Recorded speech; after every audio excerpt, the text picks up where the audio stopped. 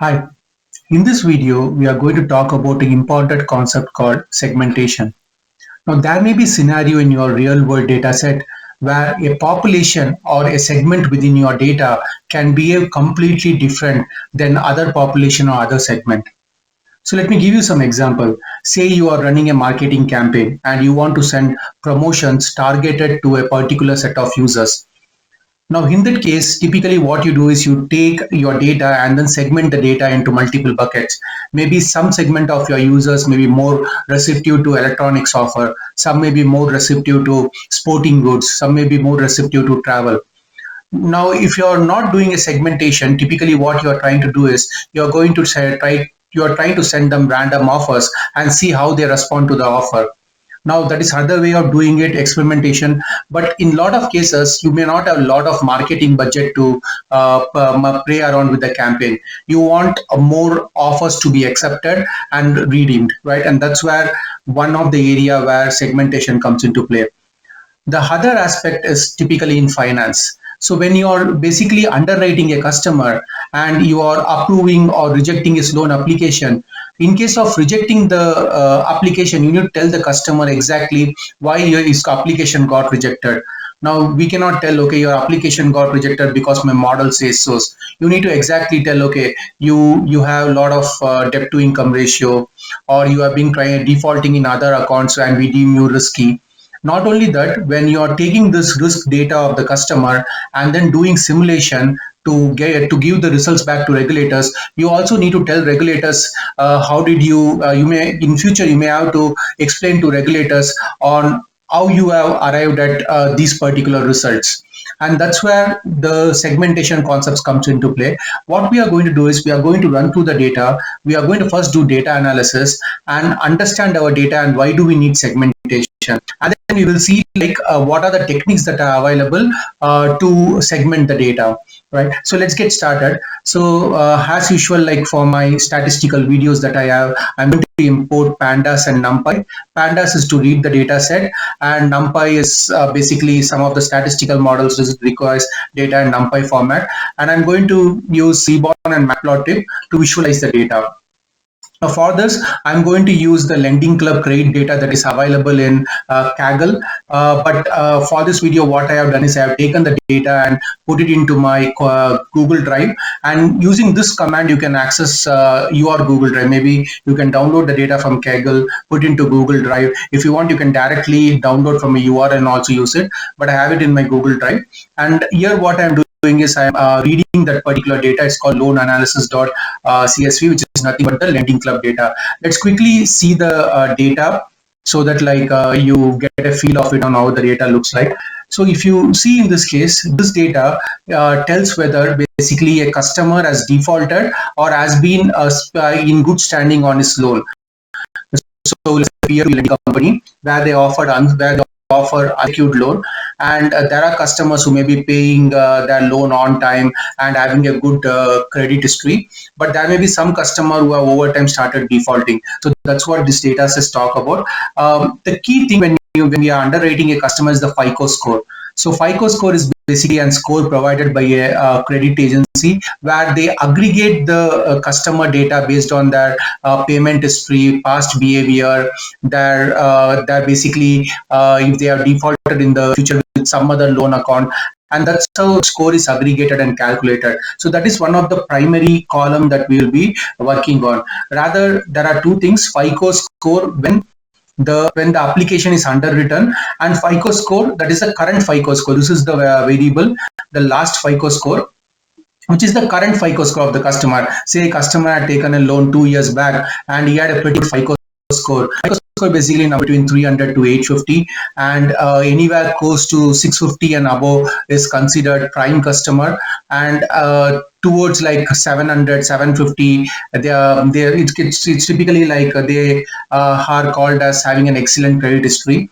So there are multiple buckets within FICO score also. and most of the company do not give loan below 650 FICO score, but there are some subprime customers, subprime companies that offers a loan to subprime customers, and they give loan from around 500 to 650, but that is very rare. Typically those buckets are considered very risky, and as the risk increases, the interest rate is pretty high for those customers, right? So I'm going to use the last FICO score. Last FICO score is the FICO score. What is the current FICO score of the customer, not when they took the when the FICO score when they took the loan, right? That is this variable. So I'm going to use this one. I am also going to, and this is the basically over here. I am also going to use the interest rate variable to see like how the interest rate behaves across multiple customers, and there is a loan status column. That's what tells whether the loan is fully paid or the loan is defaulted. So let's get started. So the first thing I'm going to do is I'm going to take the loan status column and see various buckets. So that is like fully paid, current, charged off, where the customer is late by 31 to 120 days. The loan is in grace period 16 to 30 days and default. So for this purpose, I'm just going to take loan that has been fully paid or loan that has been defaulted. The reason is these other loans are current. Maybe the customer has started defaulting, but he's more likely to pay back.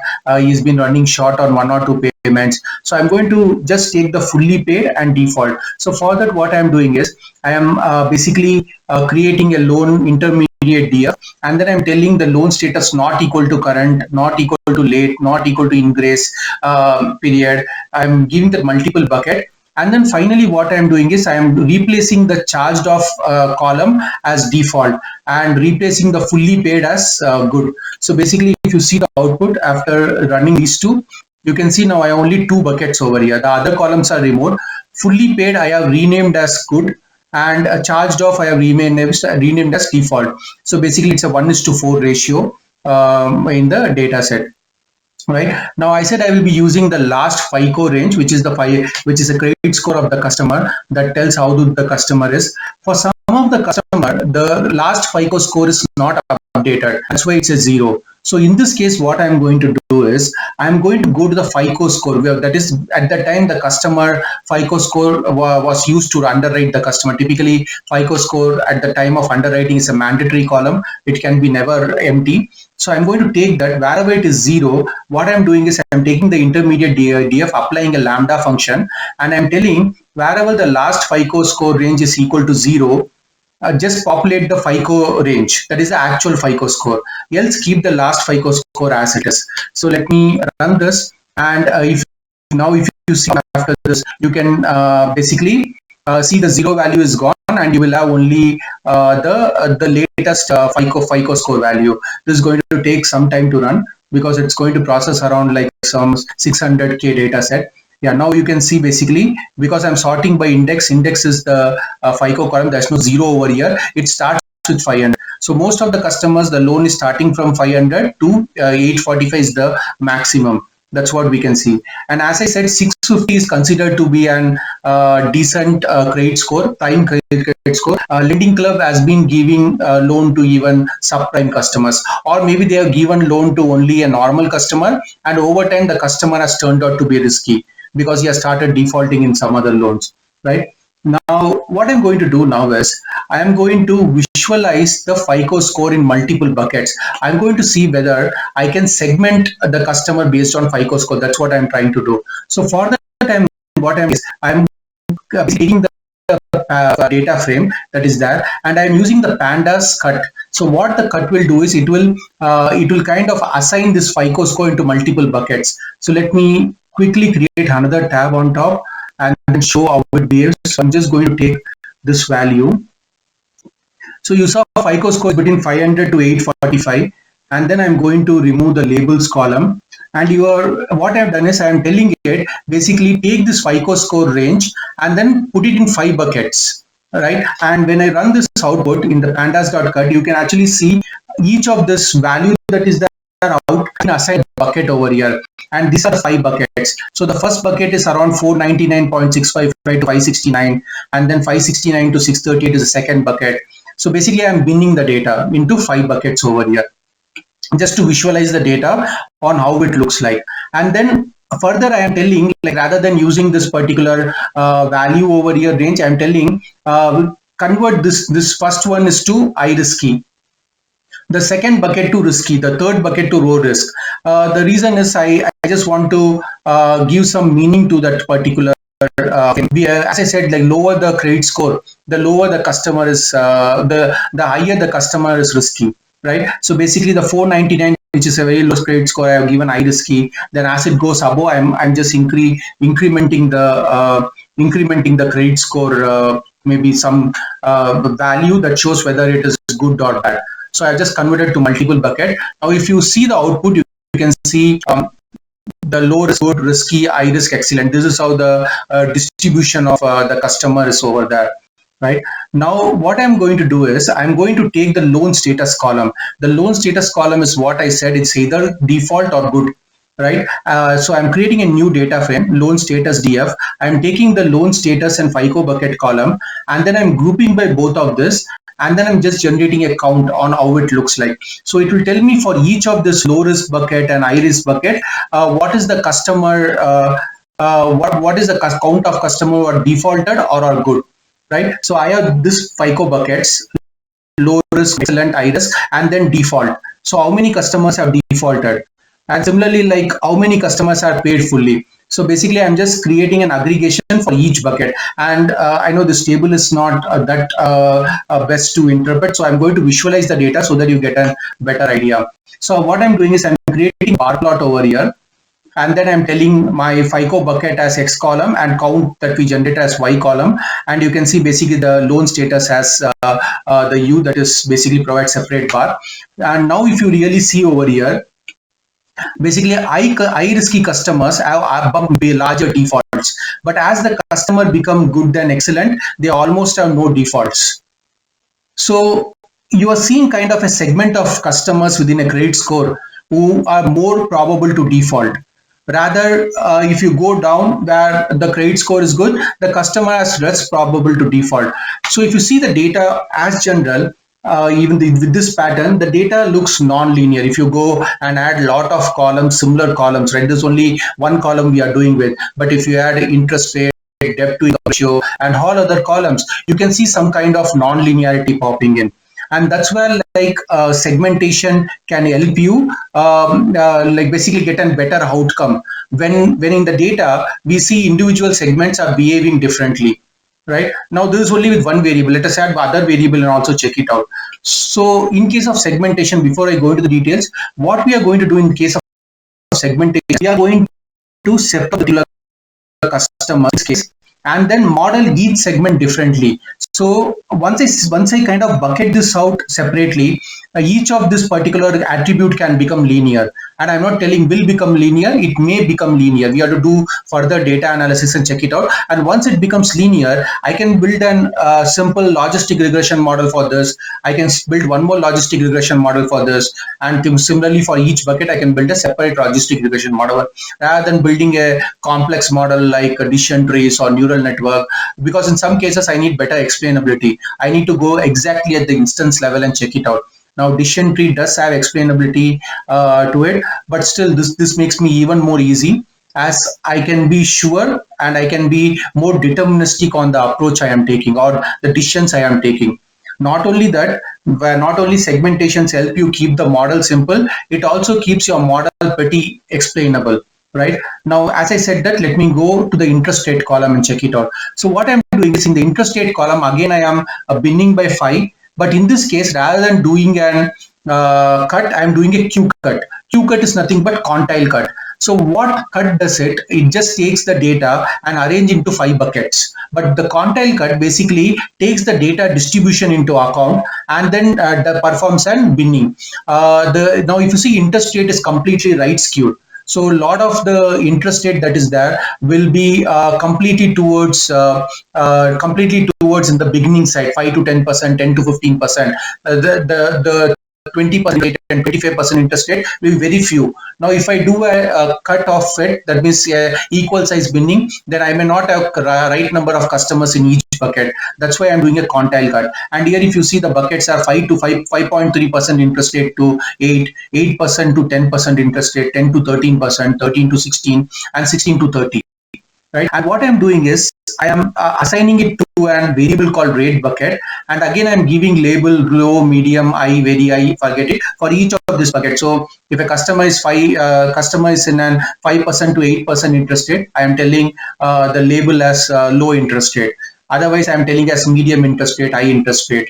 So let me run this and let's do a value count of the rate bucket, and you can see this is how the distribution looks like. If you see here, actually the distribution is almost even, right? It's 11,000, 11,000, 12,000, 30,000, because we did a quantile cut over here. Now I'm going to do the same thing that I did for FICO bucket. I'm going to assign it to loan status. I'm basically going to group by loan status bucket, and then I'm going to see the output. And here I am assigning something called rate DF. So let me quickly check the output. Now similarly, you are going to see for default what is the count, default and the interest rate bucket, what is the count, good and interest rate bucket, what is the count. The better way is to visualize via graph. Let me go to the bar plot, and if you see in this bar plot, basically you can see when the interest rate is low, less, because interest rate is 5% or to 8%, people may typically tend to pay it.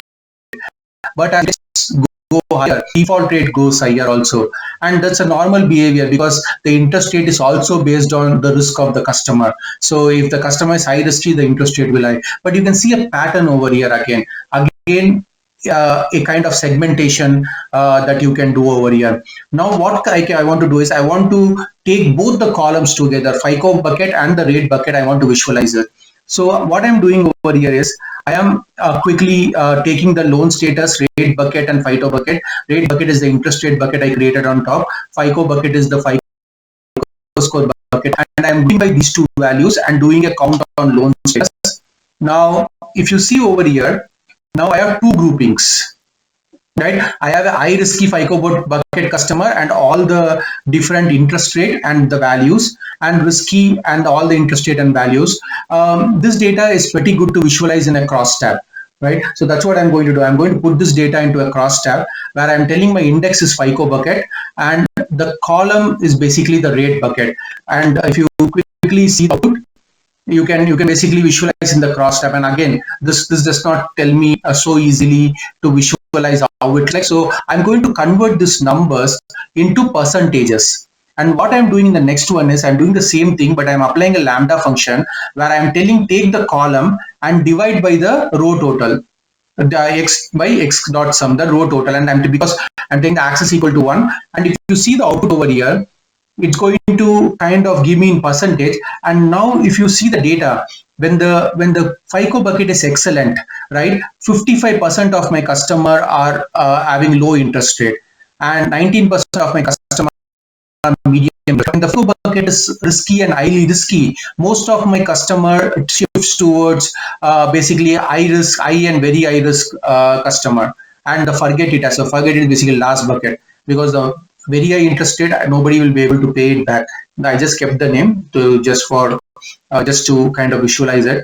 So now can I can take the same, I can create an again, right? So that's what I'm doing. I'm assigning and I'm just using the plot bar, and you can see the visualization here. Bucket, each bar represents the rate bucket. So basically, when the customer is highly risky, you can see the forget it, which is you may not get back the loan is pretty high and it reduces, whereas the low is pretty prominent in the good and excellent bucket rather than the low risk, good and excellent bucket rather than the high risky and risky bucket, right? So now we have this particular data, right? We have an contingency table also. One good way to see if these variables are really statistically significant, FICO bucket and interest rate together, you can so I have a separate video on chi-square test. You can click the link on the top and watch it, but I'm just going to quickly run the chi-square test on this particular the FICO rate CT data frame that I assigned. I'm going to run a chi-square test and see whether this data is statistically significant. So what I'm doing is I'm from SciPy, I'm importing stats, and from stats I am using the chi-square contingency table. And basically I'm feeding in the FICO rate CT each and every row separately. Right? As I said, you can watch the video and get more details. But I want to get into the core meat of this particular video, that is the segmentation. So I can run it and I can print the chi-square value, and you can see basically the chi-square value is pretty high. That means there is some significance of these two variables, FICO rate and interest rate together, and the p-value is also less than 0.05. So that means this there is some significant importance in this particular value. Right now, how I'm going to do is I'm going to go and visualize this and see how I can segment out, or how I can bin out different segments so that I can model. And for me, I know FICO score is the key variable that I know from my business understanding that FICO score is the key variable on which decisions are made. So that's what I am going to do now. So what basically I'm doing very first is, now I have done the next part. Let me come to the segmentation part. I am taking the FICO range low value that is there, and I am basically applying a lambda function, and I am rounding off basically ceil. I am using the math or ceil function, which will, if I have a FICO score called 565 or 566, it will make it to 570, right? Because I'm doing a divide by, I'm taking the last two digits and I'm just rounding off the zero. So if it is 564, it will make it 560. If it's 566, it will make it 570. The reason is I want to reduce the number of FICO score. FICO score is a continuous number. So I will have like from 500, between 500 to 850, I will have 350 values, but I want to reduce it to 35 buckets in this case. That's why I'm dividing by 10 and rounding it off. Once you see the output, you get an idea. So let me do this and let me show you the output. So here what I am doing is, if you see over here, towards the end, I created a column called FICO score, and the last FICO score is 564. So because it's 564, it converted to 560. 699, it rounded to 700. So in this case, like 699, 704, these are all going to be in the 700 bucket. So rather than modeling 350 variables just for this particular video to show the graph better and then segmentation better, I'm reducing it to 36 buckets. And you can do it in the real world also. Basically, you want to summarize the data and identify your buckets, right?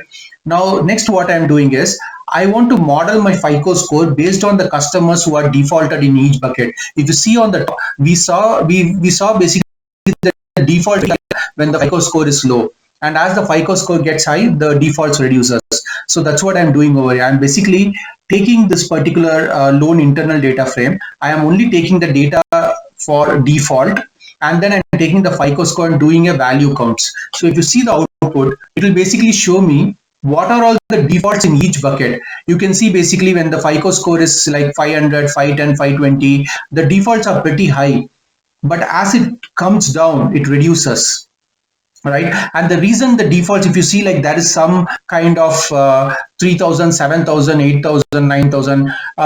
Here it may slow. The reason can be with 500 FICO score, only few people are given loan. Right, that is also one possibility. So I've just bucketed it. Now what I'm going to do is I'm going to assign it to an data frame.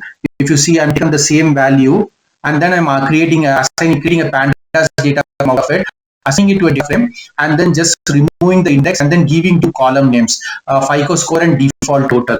So I'm just assigning column names to it. So if you see over here, what you saw the same output, I have two columns. One is with the FICO score and second is the default total over here. Right. So these are all the two columns that I have. Now what I'm going to do is I'm going to find the correlation of these two particular variable, the FICO score and default that I have. And if you see, there's a negative correlation. So basically, as the FICO score increases, the default rate reduces, right? The total number of default people reduces. So that is a pretty good correlation. Now let me go and create a regression plot to visualize the data. Now when I go and visualize the data, I see a linear trend through, right?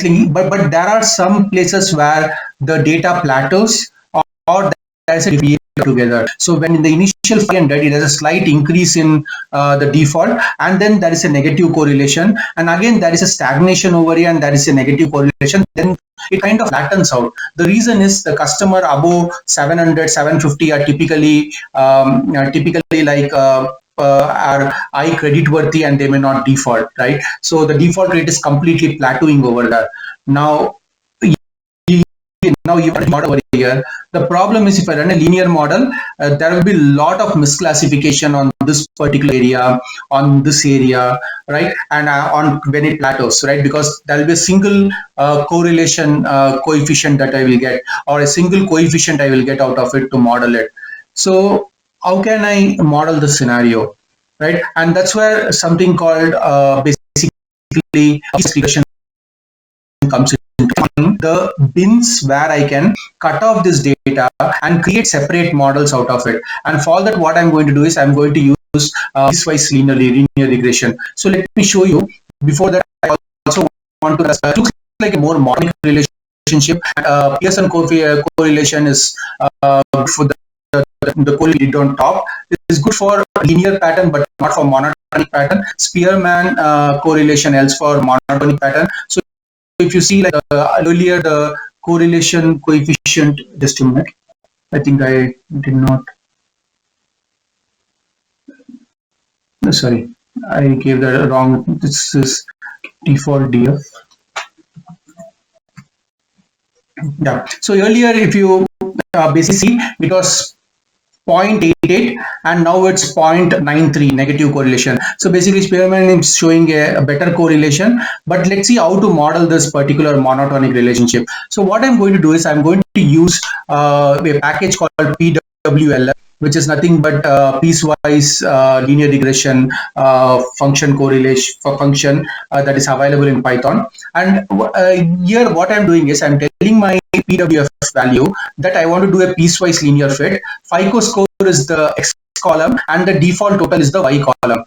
Now in the real world you will have multiple variables also. I'm just showing the single variable.